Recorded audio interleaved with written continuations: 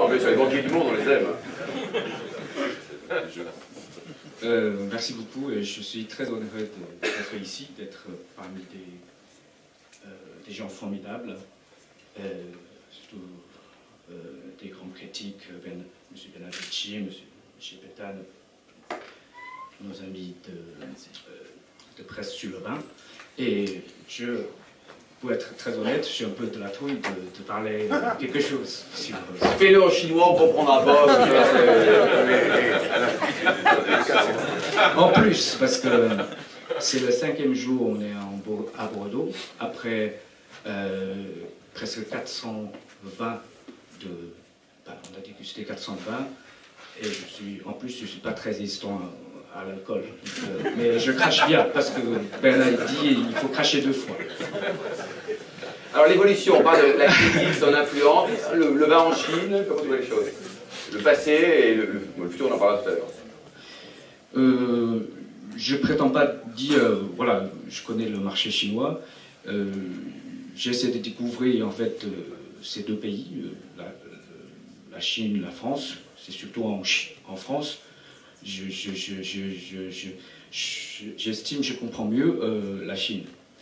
Et le marché chinois, si j'ai bien compris, on regarde 2 côtés, parce que d'un côté théorique, il y a beaucoup d'études sur le marché, tout le monde le fait. Il y a l'autre côté, il y a toutes ces rencontres avec cette chaîne hyper longue de producteurs jusqu'aux consommateurs. Et l'histoire, je pense que la Chine sur le vin, c'est depuis la nuit des temps, comme tout le monde, et le marché actuel, c'est depuis 30 ans. Donc, par exemple, je rencontrais Madame Eréa Dubreuil, en fait, Rémi Martin, c'est début de 90, ils sont là-bas. Mais le boom de marché, je pense, c'est après 92. Deng Xiaoping a dit, bon, voilà, il faut s'ouvrir le pays. Il y a un petit boom, 95, et c'est retombé. C'est retombé, il y a beaucoup de contrefaçons, il y a beaucoup de choses. Mais aussi, je pense, le facteur clé, c'est que le niveau économique n'atteint pas un niveau suffisant pour qu'on s'intéresse non seulement à tout ce qui est juste pour vivre. On s'intéresse un petit peu la complexité de la vie, en fait. Je pense, mais depuis 2001, l'entrée de la Chine à l'OMC, 2006, la baisse de taxes de douane, et puis 2008 à Hong Kong, il n'y a plus de taxes. Et surtout, je pense que c'est le niveau de la vie en Chine qui remonte.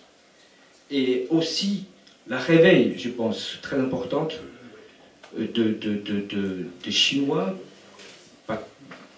en général, je pense, essayer de retrouver aussi le goût de la culture, parce que la culture chinoise, c'est aussi riche comme en France. Donc, voilà, je vois un peu l'évolution. Je ne prétends pas de dire le futur, parce que ça, c'est tout petit peu ressemble comme le monde de finance de marché. On prétend de dire les traits. J'ai beaucoup d'admiration pour mes amis qui ont fait des très grandes études de mathématiques, des traits des modèles. Voilà. Ils prétendent dire on peut prédire le futur.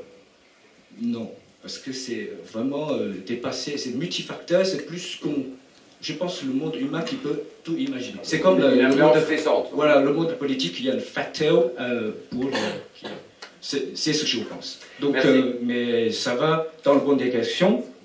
En revanche, parce que je regarde, il y a beaucoup de gens qui font l'éducation, qui ont envie d'apprendre, et c'est ça que je pense qu'ils essaient de comprendre la culture. La culture, c'est tout. Tout est dedans.